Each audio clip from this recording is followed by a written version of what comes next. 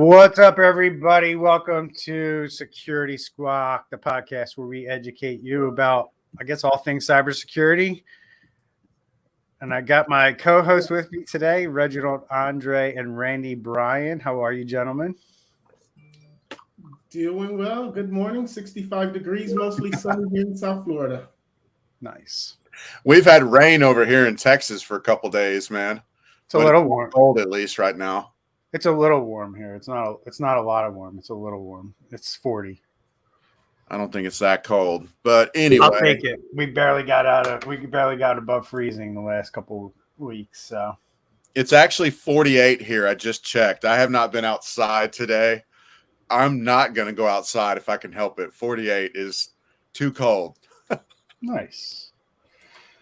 So what do we have on tap today? So I guess we're going to go off the beaten path for our show a little bit anyway.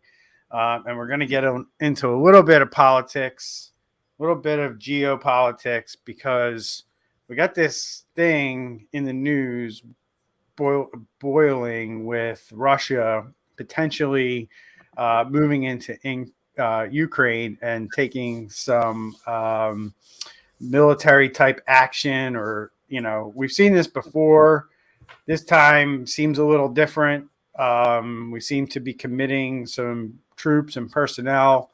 And why are we talking about this? What the hell does, a potential conflict with Russia in Ukraine have to do with cybersecurity? So we're going to get into that today. We're going to talk about what this could possibly mean and for who, because we have our government coming out and posting warnings about this particular situation and what it could lead to. So we're going to get into that today. We're also going to talk about quickly towards the end of the show, some schools. Schools are kind of a target again, and we've talked about this before, but they're really becoming a target more and more these days.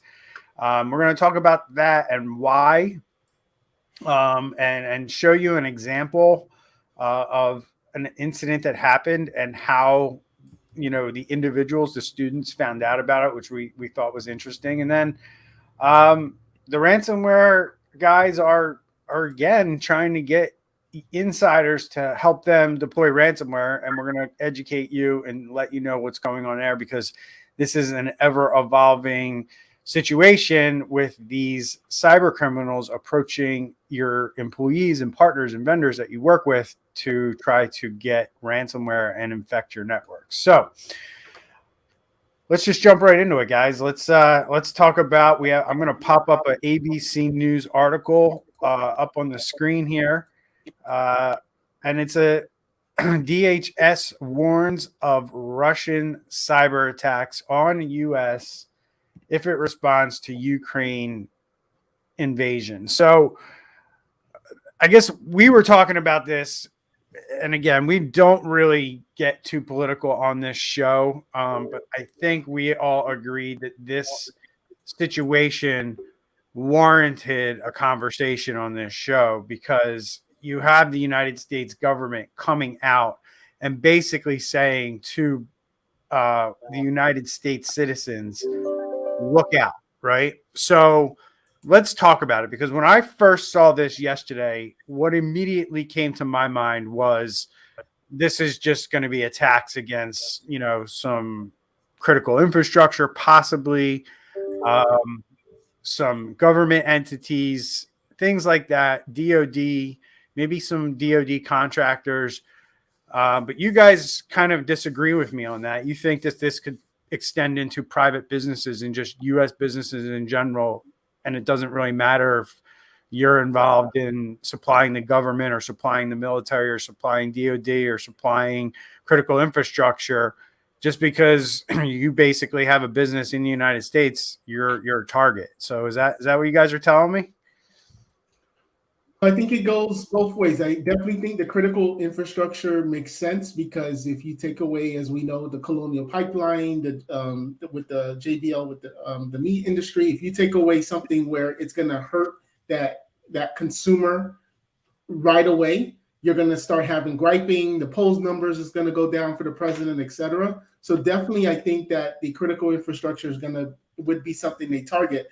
However, I also think that if you're a business owner, this should also concern you, because what stops them from going after a small business?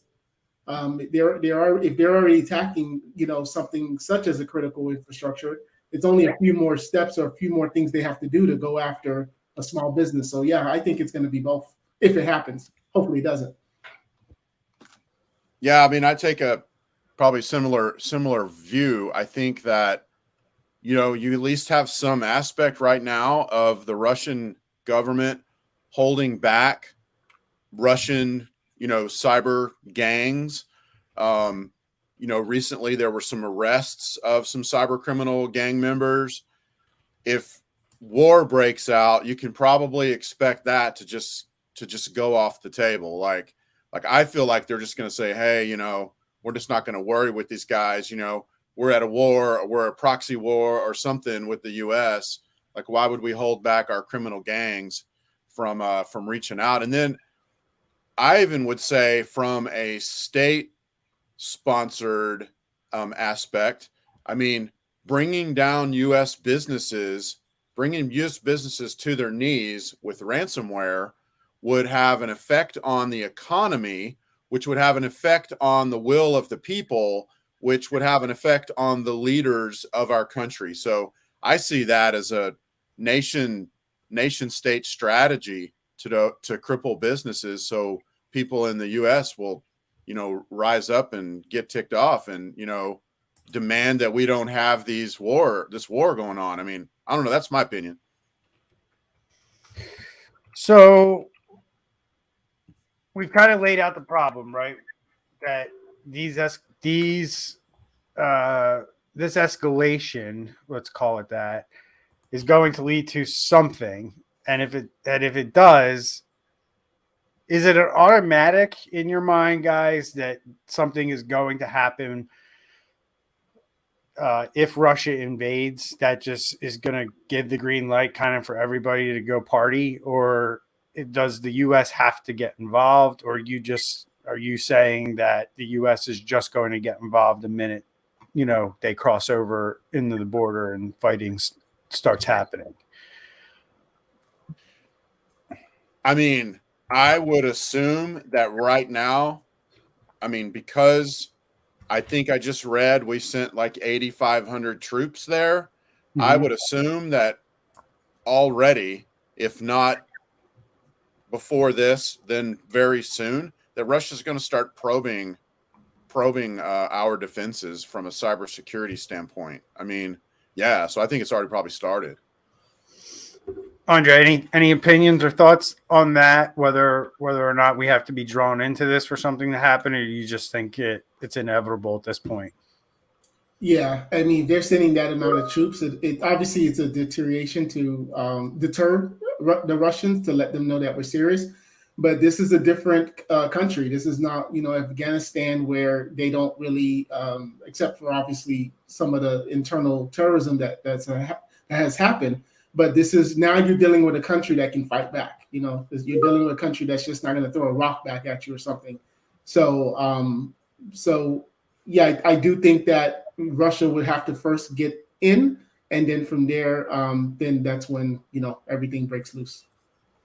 Okay, so I think we're all in agreement that this is uncharted territory for this particular conflict, in a day and age where we've never had two superpowers of this magnitude go at it when the internet existed, and when networks existed, and the threat of cyber attacks is here. Because now, very different from what I view as like World War II, where you literally have to get on a boat or a plane and go somewhere across the ocean.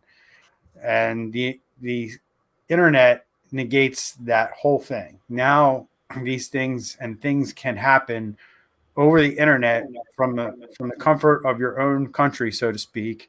And it's a new it's a new twist to what's happening here, and we are going into uncharted territories, in my opinion, simply because we haven't done anything like this with the technology that we have today. So, with that being said, what can somebody do as a business owner to fend off whatever this warning is from our government that's, vague in itself? But as I'm a business owner, I'm sitting here like, I feel completely helpless if some, Russian state sponsored or state backed cyber criminals are going to try to attack my business all the time.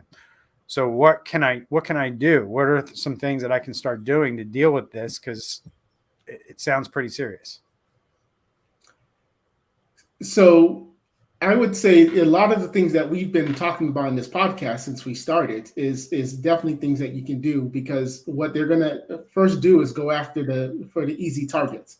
They're going to go after the weak passwords for places that don't have two-form factor authentication, places that don't have some type of cyber security awareness training to help the employees and educate the employees and not clicking things. So obviously routers and different type of protections to make sure that these attacks could potentially be blocked. So there's a lot of things that we've talked about in the past that business owners can do. Now, yes, fighting against a nation state you're probably going to lose, because if they want to get in, they will get in. But there's definitely very simple and practical things that can be done within a time, within a few weeks time span with someone that knows what they're doing in your company or outsource. So give me one practical example that somebody could implement fairly quickly if you're really behind the eight ball and they really haven't paid attention, and something like this has, made them realize that maybe I need to at least do something. So what are some things business owners can do right away, or somebody personally can do right away to protect themselves? I mean, turn on MFA on multi-factor authentication. Turn it on for your critical cloud software like 365. If you have any trade industry specific software that you use, it's cloud-based. Turn on MFA on all those places right away. Like, that's something you can do, and you can have it done in the next 2 hours, depending on if you're, 10 employees or less. If you're more employees, it might take a little longer if they don't already have multi-factor authentication apps installed. But that's pretty easy to do right away. Andre, you got anything? Or do all of your Windows updates. Make sure that all of the third-party applications that you're using, we still got the Log4j, and I'm sure you want to use that. But essentially, do your Windows updates, and any applications that you're using, make sure that they're also up to date, that you're still getting support from them, so that way, if there's any vulnerabilities in those applications, you're protected. Good stuff. I think I'll go with, as you mentioned, compromised credentials, right? Stop the practice of using the same password on multiple sites. And then also on your computers, make sure you have endpoint protection and not some, free antivirus. If you can go with something like a WebRoot or a Bitdefender or something along those lines that are a little more expensive and have a little bit more features built into them, we would recommend those over some of the free stuff that's out there that doesn't give you quite the same protection. But password managers and using a different password on everything that you log into is another way that you're going to make things really difficult for all these cyber criminals. So we talked about the threat. We talked about what people can do to protect themselves. Now, let's really talk about who potentially could be attacked here if this does happen. Who do you feel is more likely to be attacked in this situation? Just give me your thoughts on that, Randy, and then we'll jump over to Andre.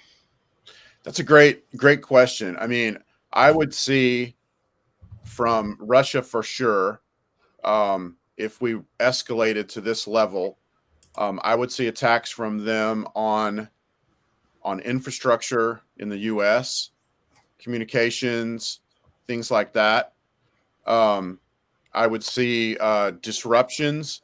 I know that I would assume that we would see like denial of service attacks, like, things that would have a psychological impact, like a DOS attack on whitehouse.gov, DOS attack on, DDoS attack on things like that. And then I would, like I said, if they take their hands off of controlling their criminals, I mean, the sky's the limit on that, because we already know where the statistics are on that. We looked at it either last week or the week before. Larger companies are spending more money on cybersecurity, and as you go down to, from 1,000 and more, and you go down to 10 or less, the spend drops right with the size of the company, the percentage. And we know that the smaller companies are going to be more vulnerable. And we know even a couple of articles we're going to look at today discuss some of those things. So yeah, I think the sky's the limit on what's going to happen with small business. We just need to be prepared. Real quick, you mentioned some attack vectors in your response there, and I don't want to gloss over the fact that we're really not exclusively talking about a ransomware attack here. We're talking about other types of attacks. You mentioned something called a DDoS attack. So quickly, can you educate everyone on what a DDoS attack is in layman's terms, and then what that DDoS attack can do to a business? Like, what's that going to look like to a business when they're under some kind of denial of service attack? Yeah. So over the past, 5-10 years or so, criminal gangs, nation states have been basically building a bot net, if you will, a robot network of where they basically have infections in people's machines, maybe in their Rokus, their Apple TVs, their thermostats, where basically they can have that device do little things, sometimes even more nefarious things. But a denial of service means you tell all of those computers that you've infected, which is potentially in the millions and millions. You tell all of them to start pinging a website, start asking for a download from a website. I mean, just do something from a website or a network server that has an internet facing interface. You start sending them requests, and you overwhelm them with so many requests that it either brings it to its knees or it has to shut down completely. And they can do that with sites. Maybe there's a website where we go to report something to the government. Well, then they do a denial of service attack on that, bring it down, then we can't use it anymore. So it's not a denial of service it's not like a permanent bring it down. But it's enough to bring it down as long as they want to keep applying the pressure. And we do know over the last couple of years, there seems to have been some denial of service attacks on some of the larger nodes of the internet. There was one that actually basically swept across part of the world. I believe it was some group testing how much they could get away with, and then testing it for in a situation like this when we're at war. I mean, so imagine if they brought down Amazon and AWS services, when a war breaks out, all of our apps and all of our data that's on those services, we wouldn't have access to. I mean, it could literally bring business to its knees.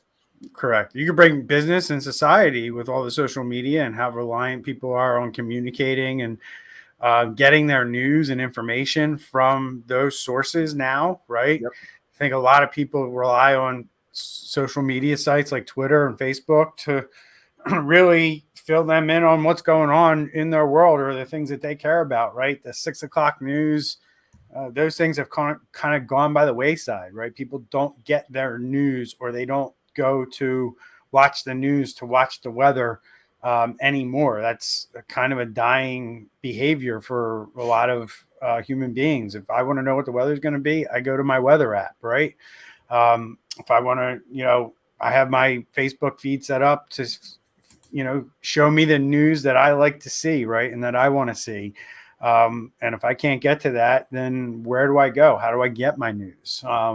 These are all things that people are going to struggle with when things like this go down. Which you did a great job, I think, Randy, of kind of explaining like how it goes down, what it's going to look like. So, Andre, what is there anything that you see from this that we haven't talked about that could be a potential threat to individuals or businesses as a result of a cyber attack in this manner? Yeah, so if you recall back in June of last year, Biden gave Putin basically 16 sectors, 16 important critical infrastructures that he says is off limit. So basically, as far as we're looking at it, that's about, or as far as Putin can look at it, is this is what pains America. If I hit this certain target, this is going to make them hurt. Or on the opposite side, he can say, well, all right, fine. You told me not to do these 16, so I'm going to follow our agreement back in June. So I'm going to go after everything else, which is going to be, the small businesses and everything like that. So, that can go two ways. So that's just something else that I thought of. Nope. That's a good point. So is there anything else about this that you guys want to bring up that I maybe didn't hit on or ask a question about? I think we've covered this pretty good and what this is going to mean in the future. I don't know. I'm not in the business of predicting world events like this. I'm in the business of predicting cyber attacks, but I don't know, guys. I'm just not. I feel again like this is a lot of posturing. I don't think anything's going to happen as a result of this. Maybe I'm hoping nothing happens because the thought of it, on the other side of it is not pretty. But what do you guys think? Is there anything you want to talk about, or just tell us what you think the chances are of this actually coming to fruition? Well, I don't know about the chances. I'll just say I hope it doesn't happen. And cooler. Yeah, I mean, I'm hoping that it doesn't happen also.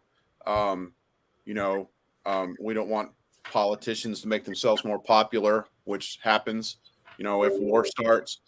And then also, this could be kind of a precursor. We may end up seeing like more war going on, quote unquote, in the cyber realm and less actually on the ground, which may be that may be something that comes out of this, because here we have two countries that are butting heads right now, and also the EU that are butting heads with Russia. And, Russia and the US have very skilled cybersecurity prowess. So we might see they may never actually touch on the ground. I don't know. Are you saying we're going to have a war to find out who lives next to Soup Dog in the metaverse? Yeah. I wasn't going that far. I'm more saying just that this might be we could have a literal proxy war, through cyber crime type things. But yeah, that'd be cool if they just took war into the metaverse and left no war here in the real world. That'd be pretty cool. That would be super, super. So anyway, moving on to our second topic, guys. We talk about this all the time on this show, right? The how hackers don't give a crap. They're very brutal and blunt in their ways of operating, and they like to use a lot of different tactics to get paid and get people to pay, and use whatever leverage they can to extort you of your money. And this is just another example. NBC News covering a story where ransomware hackers are calling you directly. And hackers have increasingly roped in everyday people's information is stored in computers that they hacked, and then pestering them by phone and email. So this happens to businesses, but it also happens to individuals when like their photos or family photos and their personal computer gets hacked and hit with ransomware. And then they are able to track you down and find you either on social media, depending on how well or how much you're out there. It might be really easy or really hard for these guys to find you. But once they do find some information, they're emailing you, they're calling you, they're harassing you. Very similar to what I would say a similar behavior that I've heard about is like debt collectors, how they're constantly calling you all the time to get you to pay up. So are these guys. They kind of take on the role of a debt collector because you owe them money now because they hacked your system.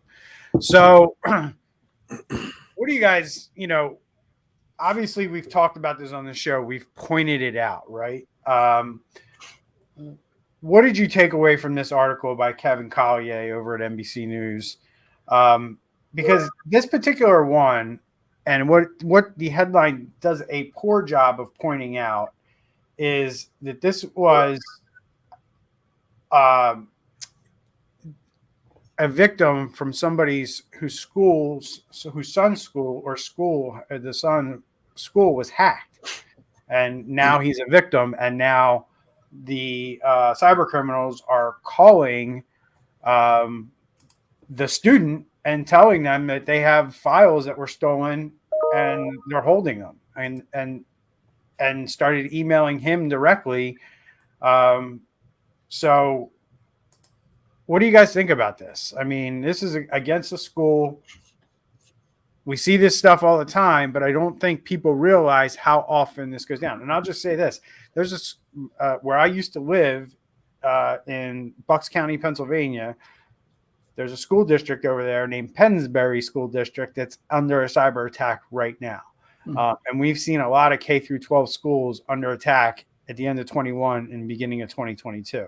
So why are they doing this? Why are they stealing the data? It's very interesting to me because there's a lot of data on kids. And if you know anything about identity theft, kids' data is very, very valuable, especially when they don't have credit established or anything like that. So that was my big takeaway from what I read in this article. What are you guys saying? Yeah, for me, it was mostly about how the school system did not alert the parents. So it kind of caught them off guard. And this is something that we see, and Brian, you mentioned all the time, where X percentage of cyber attacks don't go mentioned because everybody wants to sweep it under the rug, not tell their clients, not tell, in this case, the parents, because it's just going to cause more expenses. It's going to make people look bad, etc. So in this case, that's what I think. And just going back to what we've talked about again before about legislation and some type of rule that should be put in place, that if this data is compromised, you have to tell the people. You have to tell the people that whose information is now out there, so they can be on the lookout for this type of stuff.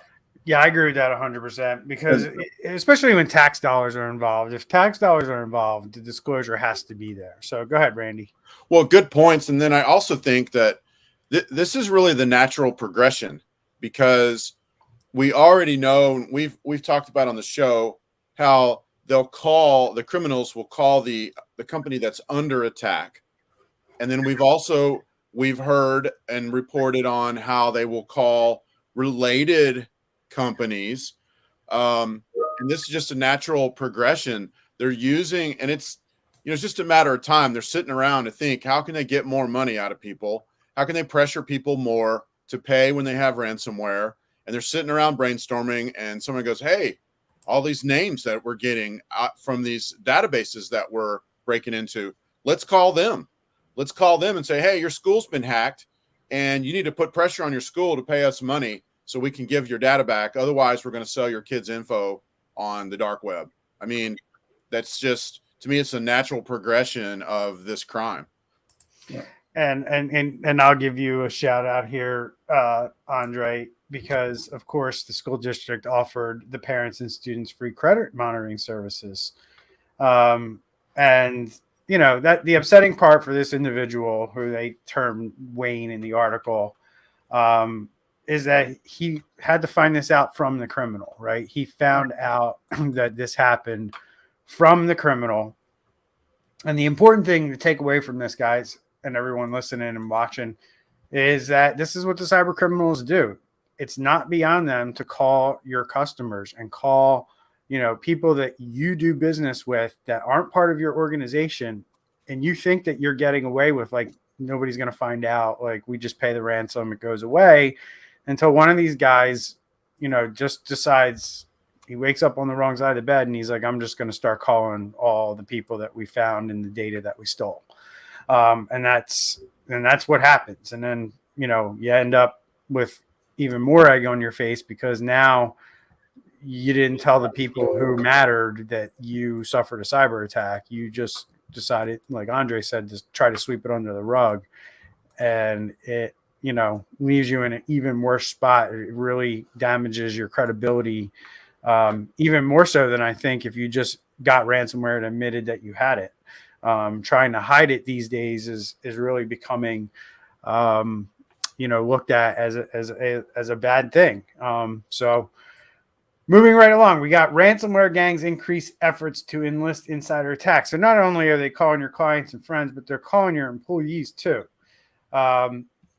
And there was a survey of over 100 large North American IT firms, shows that ransomware actors are making greater efforts to recruit insiders and targeted firms to aid in attacks. So what do you guys think of this? Because honestly, the article points out that they're targeting companies like ours, and they're targeting our employees. And this little stat here that I have up on the screen is a little interesting. What were your employees offered in return for helping with the ransomware attack? And a significant amount of them were offered a cash transfer worth under $500,000, and that was the lowest amount that they asked about. 11% were between 500 and $1 million, and 5% were over $1 million. And then the other portion were offered Bitcoin. So it was either cash transferred or Bitcoin. So you guys read the article. What are your takeaways from it? Yeah, we mentioned this a few, probably two months ago or so in one of our podcasts. This is insane, but once again, it's kind of a natural progression. I mean, they want to go where the money is. They want to get insiders. This is no different than a drug dealer trying to get somebody to start selling drugs for them. They're just looking for somebody to help them do their criminal activity. And they're willing to pay big money for it because they know they get big money out of these companies in one way or another. Yep. Andre, what are your thoughts from the article? This is scary because especially with the fact that they're paying with Bitcoin, because then there's a level of, okay, it's not gonna, there's one thing if someone sells you money, it's traceable, right? And obviously there's ways to trace Bitcoin, but it's another layer that they think like, okay, if it's Bitcoin, nobody will find out. And you're not necessarily hiring criminals to work for you. You're hiring people that have families, but hey, if I can make an extra $1,000, $2,000 and just giving access and nobody finds out, that's not gonna show in the background check. These are type of sinister things that people do that they won't get caught, or more likely won't get caught. So they're gonna like, yeah, let me just do it, make a quick $2,000 or something. So that's why it's so important for the business owner not to just have the firewall, not just to have antivirus. It's like you have to have alerts and monitoring on your systems to kind of look for these type of things where if all of a sudden an employee plugs in a USB flash drive, are you blocking it? Are you monitoring if a certain amount of files are being downloaded more than normal and things like that? Yep. And then the second chart in this article is, and I personally think this is a huge blind spot for IT executives. But IT executives, what they think about insider threats, right? And only 8% think internal threats are a problem. They're more concerned about, they say 53% are concerned about insider and external threats, right? I think that's probably a little high. External threats only are 36%. Internal threats only are 8%. 3% are not concerned about either. So do you think that we have a little bit of a blind spot here, guys, based on these numbers, that IT executives don't think the insider threat is that great, or they don't think that their employees would sell them out, so to speak?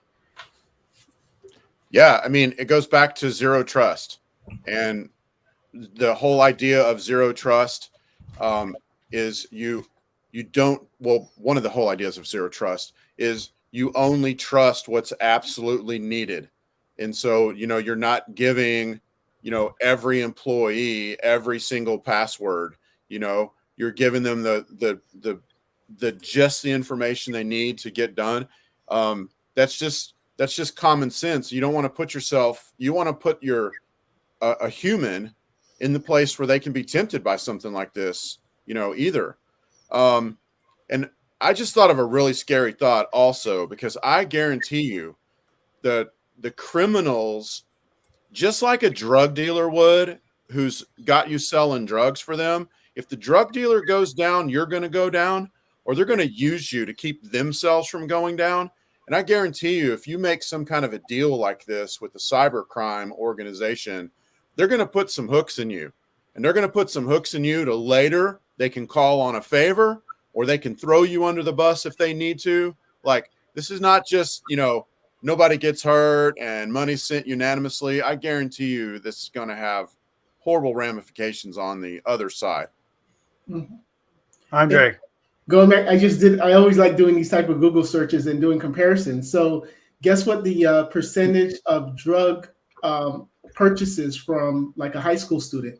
60% of high school students that use drugs buy it from other kids, like buy it from drug dealer kids. They're not going out on the street to some 20 or 30-year-old and like buying it from them. It's inside, right? And even thefts. I used to work retail, and the majority of thefts that would happen was inside. So this goes the same way. That it only makes sense for the ransomware groups to do this.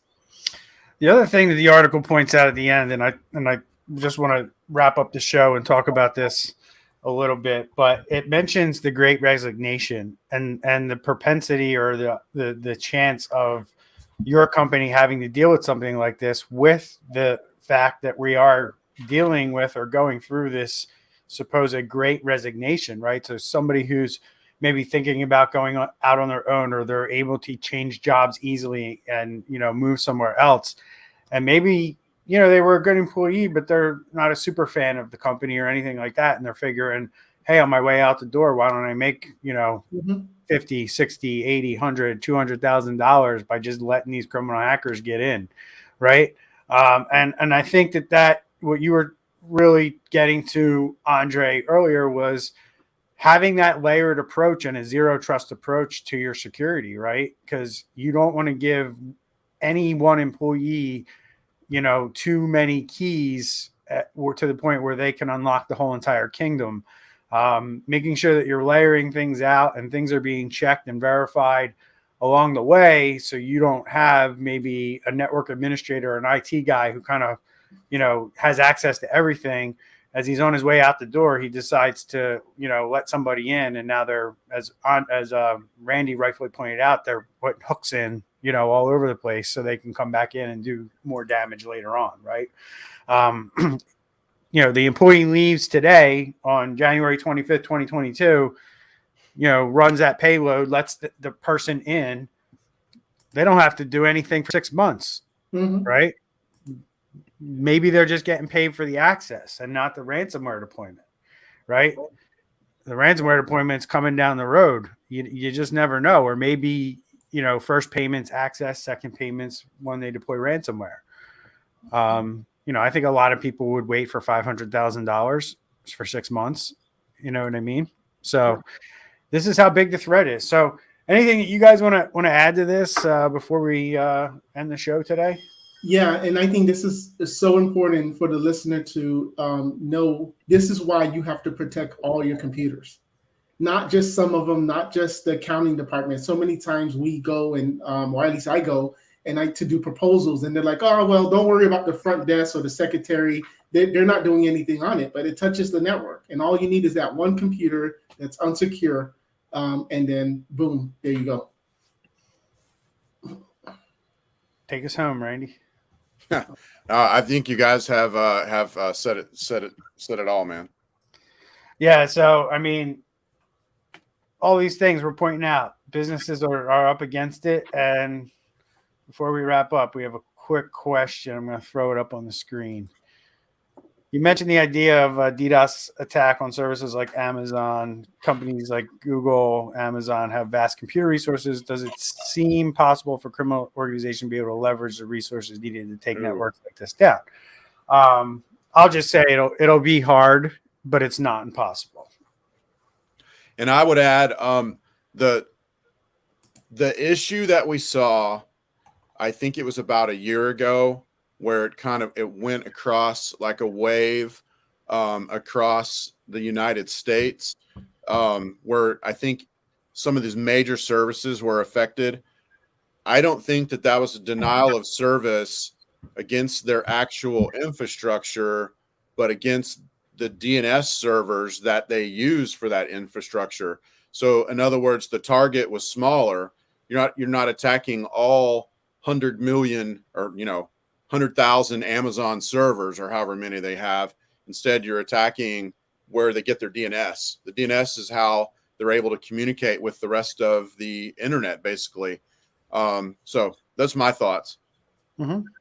Andre, anything? Nope, Randy said it all. Okay. Yeah, I think, depending on the company, I think Microsoft seems to be more well equipped to handle this type of stuff than others. But I also think that they don't need to go after these companies to disrupt, right? There's other companies that don't have what Amazon, Google, and Microsoft have,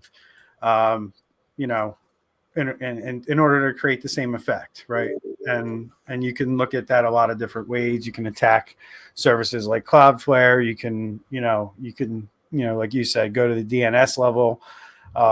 If computers don't know what address to go to when they look up an IP address, they don't know, where to drive to and where to deliver that data. Stuff just doesn't work, right? And it doesn't take a whole lot to disrupt that in today's day and age. So, all right, guys, thank you. We'll see y'all next week.